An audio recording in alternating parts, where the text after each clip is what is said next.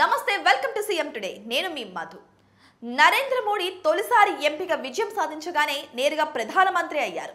ప్రధాని కాకముందు నరేంద్ర మోడీ చాణక్యతను రాజకీయ విశ్లేషకులు నాయకులు చాలా తక్కువగా అంచనా వేశారు. ఆయనకు ఢిల్లీ రాజకీయాల్లో అనుభవం లేకపోవడం, అంతేకాకుండా మోదీ కంటే ముందు అధికారంలో ఉన్న ప్రధానమంత్రి డాక్టర్ మన్మోహన్ సింగ్లా ఉన్నత చదువులు లేకపోవడం వల్ల ఆయన విఫలమవుతారని చాలా మంది భావించారు.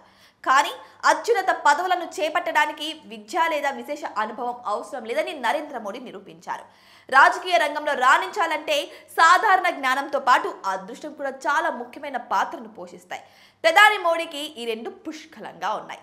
200 సంవత్సరాల క్రితం ఫ్రాన్స్ చక్రవర్తి నెపోలియన్ను యుద్ధాలను గెలవడానికి ఎలాంటి జనరల్స్ అవసరమని అడిగినప్పుడు నెపోలియన్ లక్కీ జనరల్స్ అని సూటిగా సమాధానమిచ్చాడు.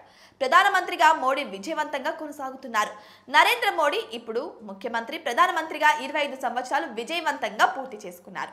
ప్రధానమంత్రిగా మోడీ నిస్సందేహంగా విదేశాంగ వ్యవహారాలు, రక్షణ, అంతర్గత భద్రత, మౌలిక సదుపాయాల అభివృద్ధి, ఆరోగ్య రంగం తదితర రంగాలలో తనదైన శైలిలో గొప్ప విజయాన్ని సాధించారు. అయితే ప్రధానిగా మోదీ పెద్దగా విజయం సాధించని రంగాలు కూడా ఉన్నాయి. అందులో మొదటిది వ్యవసాయ రంగం, తర్వాత ఉపాధి కల్పన. భారతదేశంలోకి పొరుగు దేశాల నుంచి అక్రమ వలసలను ఆపడం, మధ్యతరగతి వర్గాల ఆందోళనను పరిష్కరించడంలో దేశ ప్రధానిగా మోదీ చాలా తక్కువ విజయాన్ని సాధించారని చెప్పచ్చు. ఆర్థిక వ్యవస్థలో పెద్ద పెద్ద కార్పొరేటర్లు విజయం సాధించారు, కానీ అధిక పన్నుల ద్వారా మధ్యతరగతి ప్రజలను దోచుకున్నారు. మునుపటి ప్రభుత్వాల హయాంలో కూడా ఇదే జరిగింది. ప్రధాని మంత్రిగా మోడీ చేసిన అతి పెద్ద తప్పేంటంటే నవంబర్ 8, 2016న పెద్ద నోట్లను రద్దు చేయడం.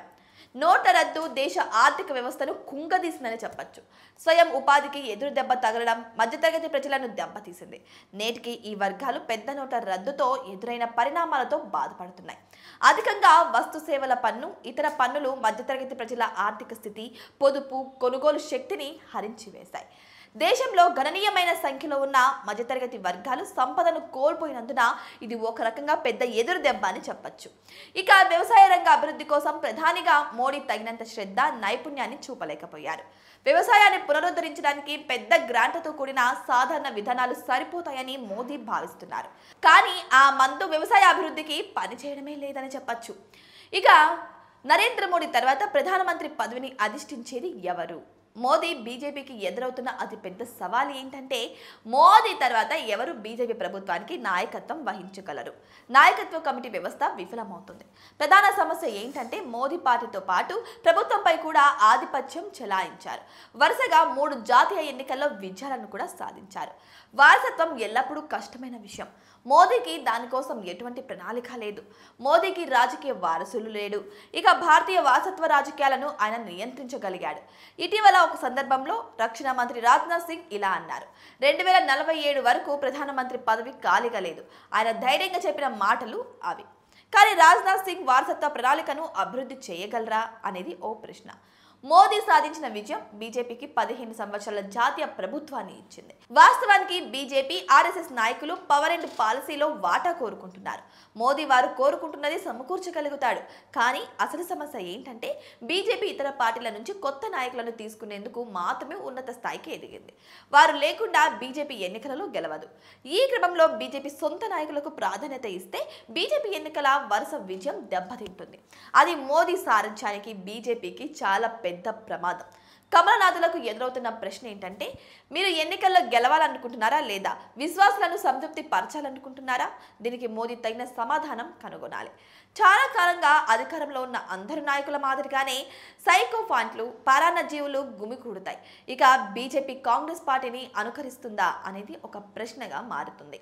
ఇక బ్రిటిష్ మాజీ ప్రధానమంత్రి హెరాల్డ్ మెక్మిలాన్ 60 సంవత్సరాల క్రితం ఇలా అన్నారు: మంచి ప్రధానమంత్రి మంచి కసాయివాడిగా ఉండాలి. ప్రధానమంత్రులు తరచుగా మంత్రులను మార్చాలని మెక్మిలన్ భావించారు. కానీ గత 11 సంవత్సరాలుగా కేంద్రంలో అదే మంత్రులు ఎక్కువగా కొనసాగుతున్నట్లు మనం చూస్తున్నాం. ఇక ప్రభుత్వ వ్యతిరేకతను ఎదుర్కోవడానికి మార్పు అనేది అంతిమ ఆయుధం. కేంద్ర ప్రభుత్వ పాలనలో మోదీ అలా చేయడం లేదు. అధిక పన్నులు 2024 పార్లమెంట్ ఎన్నికలలో తనకు దాదాపు నష్టం కలిగించాయనే వాస్తవాన్ని మోదీ గ్రహించి మేల్కొన్నాడు.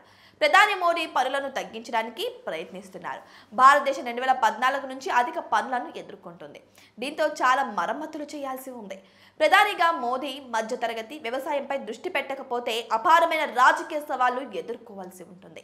160 సంవత్సరాల క్రితం గొప్ప ఫ్రెంచ్ ఆర్థికవేత్త ప్రౌధాన్ ఇలా అన్నారు: భవిష్యత్తు అనూహ్యమైంది అని. మోదీ వర్తమానాన్ని మేనేజ్ చేయగలడు, కానీ భవిష్యత్తును మాత్రం మేనేజ్ చేయలేడు. మోదీకి అది పెద్ద సవాల్ ఏంటంటే కొత్త నాయకులను తయారు చేయడం. అయితే ఆయన లాంటి ప్రజాదరణ ఉన్న వ్యక్తిని కనుగొనడం. కానీ ఈ బీజేపీ స్నేహితులు భారతదేశంలో ఒకే ఒక్క మోదీ ఉన్నారు. ఆయన లాంటి నాయకుడు ఇంకొకరు లేరు అని అందరూ చెబుతారు. అయితే మోదీ విజయవంతమైన ప్రధానమంత్రి అనే విషయంలో ఎటువంటి సందేహం లేదు. అయితే ఆయన లేనప్పుడు ఎవరనే అతి పెద్ద సవాల్ వస్తుంది. వారసత్వ ప్రణాళికకు ప్రత్యామ్నాయం లేదు. మీ వారసత్వాన్ని మీరే ప్లాన్ చేసుకోవడం బాధాకరం. కానీ సామ్రాజ్యాలు పేలవమైన వారసత్వం ద్వారా నాశనమయ్యాయి. మోదీ కొత్త నాయకత్వాన్ని ఎలా తయారు చేసుకుంటాడో వెయిట్ చేసి చూద్దాం. అదే ఆయన ముందున్న అతి పెద్ద సవాల్ అని కూడా చెప్పచ్చు. ఏదేమైనా సరే మోదీ తర్వాత ఈ యొక్క భారతదేశాన్ని శాసించగల అధికారి ఎవరంటారు? మరి మీకేమనిపిస్తుంది? మోదీ అంత ఉన్నత ప్రధానమంత్రి ఎవరైతే బాగుంటుంది అనుకుంటున్నారు? మీ అభిప్రాయాన్ని కామెంట్ బాక్స్లో కామెంట్ రూపంలో తెలియజేయండి.